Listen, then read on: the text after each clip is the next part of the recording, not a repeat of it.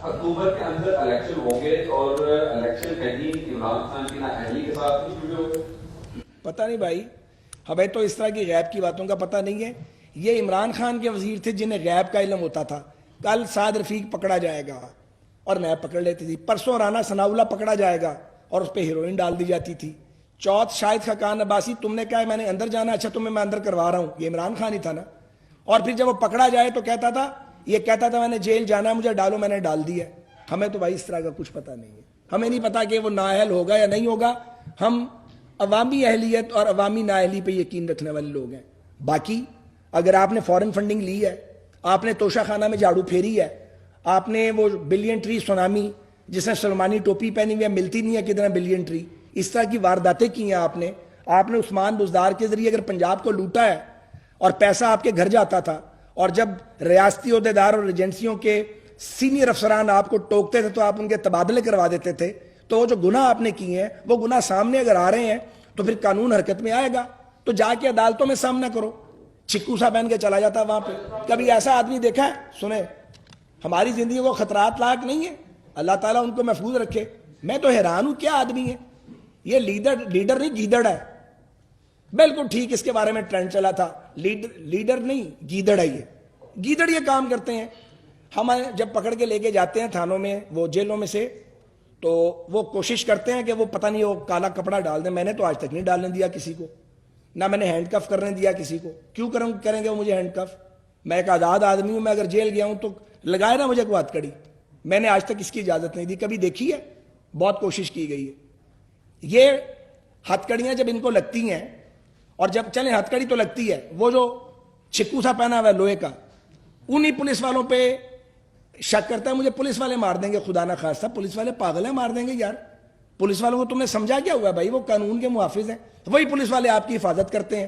کوئی لیڈر مجھے بتائیں پاکستان کا، یہ اکیلا وزیر اعظم تو نہیں رہا، کوئی ایک وزیر اعظم مجھے بتا دیں جو عدالتوں میں جاتا تھا. ملزم تو سب بنے ہیں باری باری، ہماری مقدر میں یہ لکھا ہوا ہے. وہ اس طرح آہنی شیلڈز کے ساتھ جاتا تھا، اور وہ ایک لوہے کی وہ بلٹ پروف پتہ نہیں کیا چیز بنی ہوئی ہے، وہ اس کے سر کے اوپر ڈال دیتے ہیں، بیچ میں سے دیکھ رہا ہوتا ہے چھپ چھپ کے. یار یہ کیا آدمی ہو؟ اس طرح ہوتا ہے.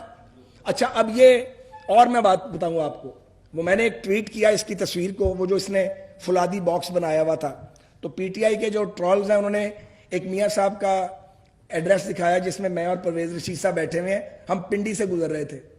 بھائی جب ہم اسلام آباد سے لاہور آ رہے تھے تو آبویسلی ہم نے بلٹ پروف ارینجمنٹ کرنا تھا. بڑا لمبا سفر تھا، لاکھوں لوگ تھے، اور آپ جلسے میں ڈسٹینس مینٹین کرتے ہیں، جلوس میں آپ ڈسٹینس مینٹین کر نہیں سکتے. یہ جلسہ گاہ میں مینار پاکستان کے مینار کے اوپر چڑھا ہوا تھا کہ یار مجھے کچھ نہ ہو جائے، اور باقیوں کو کھلا چھوڑا ہوا تھا. تمہارا نواز شریف کے ساتھ کیا مقابلہ ہے؟ وہ لیڈر ہے، تم گیدڑ ہو. وہ تو اپنی بیٹی کا ہاتھ پکڑ کے جیل کاٹنے آ گیا تھا، اور جیل کاٹی، ہم روکتے رہ گئے. تم 2 دن نہیں کاٹ سکتے. بھاگتا پھرتا ہے، حفاظتی ضمانت دے دو. کبھی عدالتوں پہ چڑھائی کرتا ہے، لوگوں کو انسانی ڈھال کے طور پہ استعمال کرتا ہے.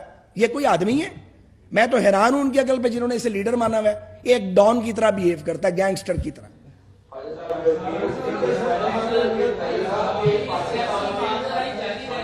تسی نہیں ہوں، وہ پیچھے عثمان ہوئی ایک ایک کر کے ان سہولتکاروں کے خلاف کارروائی کے لیے کوئی آپ کمیشن بنائیں گے؟ دوسرا یہ ہے جب تک کسی کو صلاح نہ ملے تو آگے کوئی راستہ نہیں ملے گا.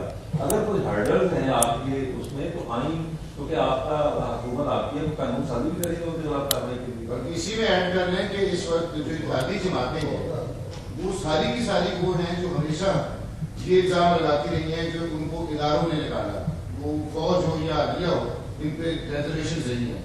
تو ان کے لیے ریفارمز کے لیے، اور جسے ہم سادہ لفظ میں گوشمالی کہتے ہیں، اگر وہ گوشمالی آپ لوگ نہیں کرتے تو آپ کا اسٹانس پھر کیا رہ جاتا ہے؟ یہ بڑا اچھا سوال ہے، اور مجھے خوشی بھی ہے کہ آپ نے یہ کوسچن کیا، اور یہ بڑی ریلیونسی ہے اس کی. اب اس پہ ایک ذرا سنجیدہ بات کرتے ہیں. ریفارمز تو پارلیمنٹ کرے گی، اس میں کوئی شک نہیں ہے. ریفارمز اسی وقت ہوں گی جب ساری سیاسی جماعتیں پسند ہے یا ناپسند ہے وہ ایک جگہ پہ بیٹھ کے بات کریں گی. ایک جگہ پہ بیٹھ کے بات کرنے کا ماحول نہیں ہے. ہم نے بہت ماضی میں کوشش کی ہے. ہم نے چارٹر آف اکانومی کی شکل میں کوشش کی. ہم نے فیٹف کے قوانین پہ اپوزیشن میں تھے، تعاون کیا. ہم نے 12 کوشش کی کہ مل کے کسی طرح پارلیمان کو مضبوط کریں. اگر پارلیمنٹ پہ حملے سیاستدان خود کرتے رہیں گے تو پھر آپ کسی کی گوشمالی نہیں کر سکتے. پاکستان میں جمہوریت ویسی مضبوط کبھی بھی نہیں تھی آج سمیت جیسی جمہوریت چاہیے پاکستان کو. یہی سچ ہے اور اس پہ پردہ نہیں ڈالا جا سکتا. لیکن جمہوریت کو کمزور صرف اسٹیبلشمنٹ یا عدلیہ کے بعض لوگ نہیں کرتے, ہم بھی کرتے ہیں. جب ہم آپس میں فائٹ کرتے ہیں اور بے رحمی سے لڑتے ہیں اور اقتدار کے لیے ہم انہی اداروں پر پل پڑتے ہیں جو ادارے ہمیں پروٹیکٹ کرتے ہیں یا جو عوام کے رائٹس کو محفوظ کرتے ہیں, وہ پارلیمنٹ ہے. تو پارلیمنٹ تبھی مضبوط ہوگا جب سیاسی جماعتیں یہ سمجھیں گی کہ انہوں نے گروہی مفادات سے اوپر اٹھ کے بات کرنی ہے, ایک دوسرے سے بات کر کے راستہ نکلے گا. بات کرنے کا ماحول نہیں ہے, اور یہ ماحول میں بار بار کہوں گا تکرار سے, ہم نے خراب نہیں کیا. ہم نے ہمیشہ بات کرنے کی کوشش کی ہے. ہم نے ماضی میں غلطیاں کی تھی, ہم نے اور پیپلز پارٹی نے. ہم سیکھ گئے تھے, ہم نے چارٹر آف ڈیموکریسی کر لیا تھا.